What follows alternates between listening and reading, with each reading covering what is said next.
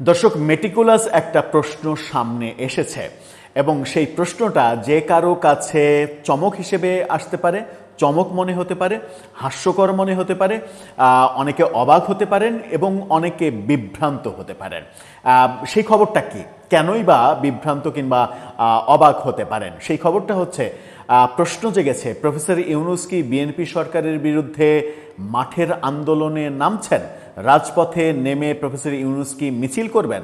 মিছিল করতে হলে কতক্ষণ তিনি হাঁটবেন এবং মিছিলে কি তাকে এসএসএফ নিরাপত্তা দেয়া হবে?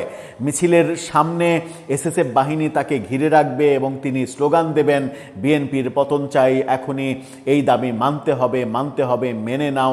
এরকম মিছিল করবেন কি প্রফেসর ইউনূস? অনেকের কাছে মনে হচ্ছে আপনি নিশ্চয়ই মজা করছেন। না, মজা করছি না। এরকম বিষয়ই সামনে এসেছে। প্রফেসর ইউনূসকে রাজপথে নামার আহ্বান জানানো হয়েছে। রাজপথে নেমে 11 দলীয় যে জোট আজকে থেকে আন্দোলন শুরু করেছে, সেই আন্দোলনে শরিক হওয়ার জন্য, বিএনপি সরকারের বিরুদ্ধে আন্দোলন করার জন্য আহ্বান জানানো হয়েছে।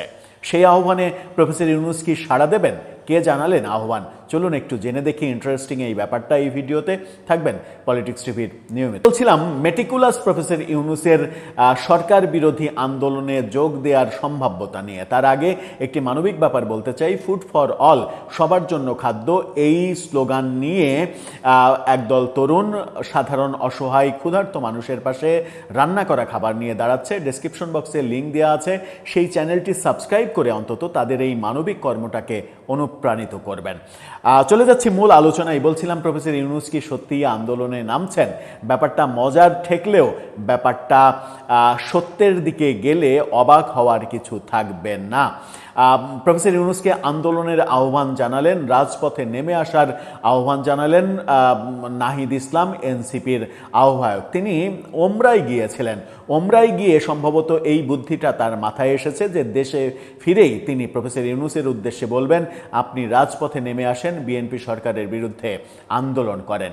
কিন্তু একবারও কি নাহিদ ইসলাম ভেবে দেখেছেন যে প্রফেসর ইউনূস সরকারে থাকা অবস্থায়, তার অন্তর্বর্তী সরকারে থাকা অবস্থায় নিজের আখের যেভাবে গুছিয়ে নিয়েছেন, কর মওকুফ, মানে মামলা বাতিল, মানে হাজার হাজার কোটি টাকা মানে নিজের করে নেয়া, বিভিন্ন প্রতিষ্ঠানের নিজের প্রতিষ্ঠানের লাইসেন্স নেওয়া, এই ব্যাপারগুলো বিএনপি সরকার এক তুড়িতে বাতিল করে দিতে পারে যদি প্রফেসর ইউনূস একটা টু শব্দও করেন। কি বললেন নাহিদ ইসলাম? গণমাধ্যম কি বলছে? কালের কণ্ঠের এই শিরোনাম দেখে নিন। সেখানে বলা হচ্ছে, ডক্টর ইউনূসকে রাজপথে নেমে আন্দোলনে যোগ দেওয়ার আহ্বান নাহিদের। রাজপথে নামার মতো শারীরিক সক্ষমতাও কি প্রফেসর ইউনূসের আছে? অবশ্য আছে, কারণ তাকে তো বেশ সবল মনে হয়। দেশে বিদেশে বেশ সবলভাবে তিনি বিভিন্ন জায়গায় যান, হাঁটাহাঁটি করেন। শুধুমাত্র একটু ওই একতলা থেকে দুতলা, তিনতলা সিঁড়িতে ওঠা নামাতে একটু সমস্যা হয়, কারণ বয়স তো 85 বছর পার হয়ে গেছে। শিশুদের সঙ্গে একটু আনন্দ লাফালাফি করা আর রাজপথে মিছিল করে সামনে এগিয়ে যাওয়া, অমুকের গদিতে আগুন জ্বালো একসাথে, এই বলাটা খুব একটা সহজ নয়। কি বলছেন নাহিদ ইসলাম? 11 দলীয় ঐক্যজোটের সঙ্গে ডক্টর মোহাম্মদ ইউনূসকে রাজপথে নেমে আন্দোলন করতে আহ্বান জানিয়েছেন এনসিপির আহ্বায়ক নাহিদ ইসলাম। বিমানবন্দরে তিনি এই কথা বলেন। তিনি বলেন, সংসদে বিএনপি গুরুত্বপূর্ণ অধ্যাদেশ বাতিল করায় অন্তর্বর্তী সরকারের যাদের হাত ধরে অধ্যাদেশ বাস্তবায়ন হয়েছিল তাদের সঙ্গে সরকারকে কথা বলতে হবে।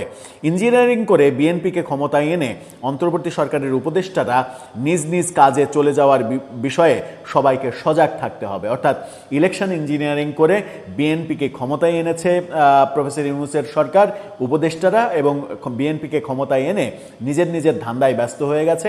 এখন আর এই ব্যাপারে কোনো কথা বলছে না।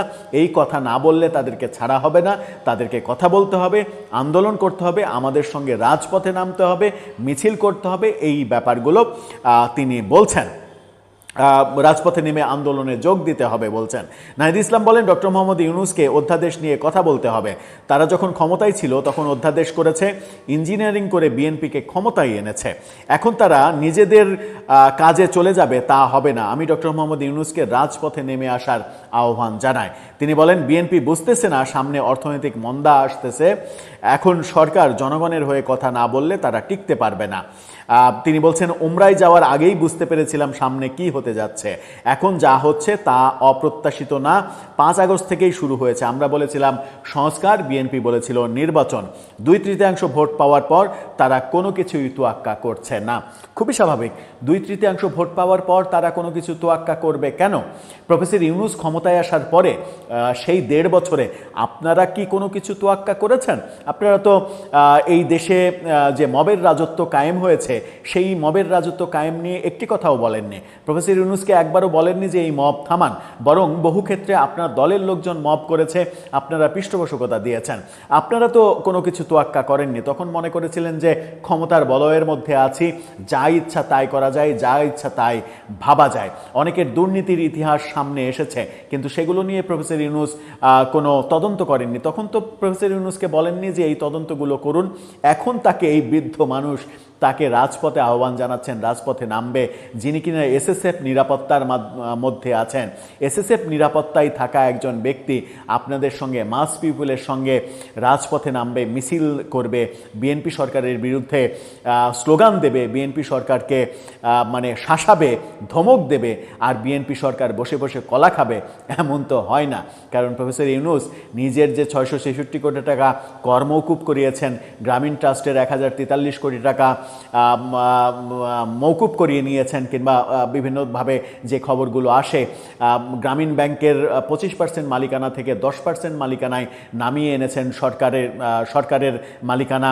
সেখানে গ্রামীণ ব্যাংকের মালিকানা আরও 15% বাড়িয়ে 90% করিয়েছেন। বিভিন্ন যে গ্রামীণ ওয়ালেট সহ, মানে আদম পাচার সহ, বিভিন্ন বিশ্ববিদ্যালয় সহ বিভিন্ন যে প্রতিষ্ঠানের লাইসেন্স নিয়েছেন, সেগুলো তো এক তুড়িতেই হয়ে যাবে, বাতিল হয়ে যাবে। সেই বাতিল হওয়ার ভয় মাথায় রেখেও প্রফেসর ইউনূস আপনাদের সঙ্গে আন্দোলনে নামবে? তাকে কি পাগল মনে হয়? তিনি তার স্বার্থ ঠিকই বোঝেন, তিনি নিজের ভালোটা খুবই ভালো বোঝেন, যেটা তিনি তার 1.5 বছরে খুব ভালোভাবে মানে প্রমাণ করেছেন। এখন আপনাদের এই চাওয়াটা সারা বাংলাদেশের সব মানুষের চাওয়া হলেও তিনি সরকারের বিরুদ্ধে একটি কথাও বলবেন না, কারণ তাতে করে তার নিজের স্বার্থের ক্ষতি হবে। আর তার নিজের স্বার্থের ক্ষতি হোক, এরকম কাজ করার বান্দা তিনি নন। সেটা প্রমাণসহ, উদাহরণসহ, ব্যাখ্যা দিয়ে বুঝিয়ে দিয়েছেন তার মেটিকুলাস 1.5 বছরের শাসন আমলে। বিএনপি অনেক অধ্যাদেশই মানছে না, যেগুলো জনগণের দাবি। গুম সহ সুপ্রিম কোর্টের বিভিন্ন অধ্যাদেশ যেগুলো মানা উচিত, দুর্নীতি দমন কমিশনের অধ্যাদেশ যেগুলো মানা উচিত, সেগুলো বিএনপি মানছে না। সেগুলোর বিরুদ্ধে অবশ্যই প্রতিবাদ জানানো উচিত, কিন্তু সেই প্রতিবাদ জানানোর বিন্দুমাত্র ক্ষমতা কিংবা সাহস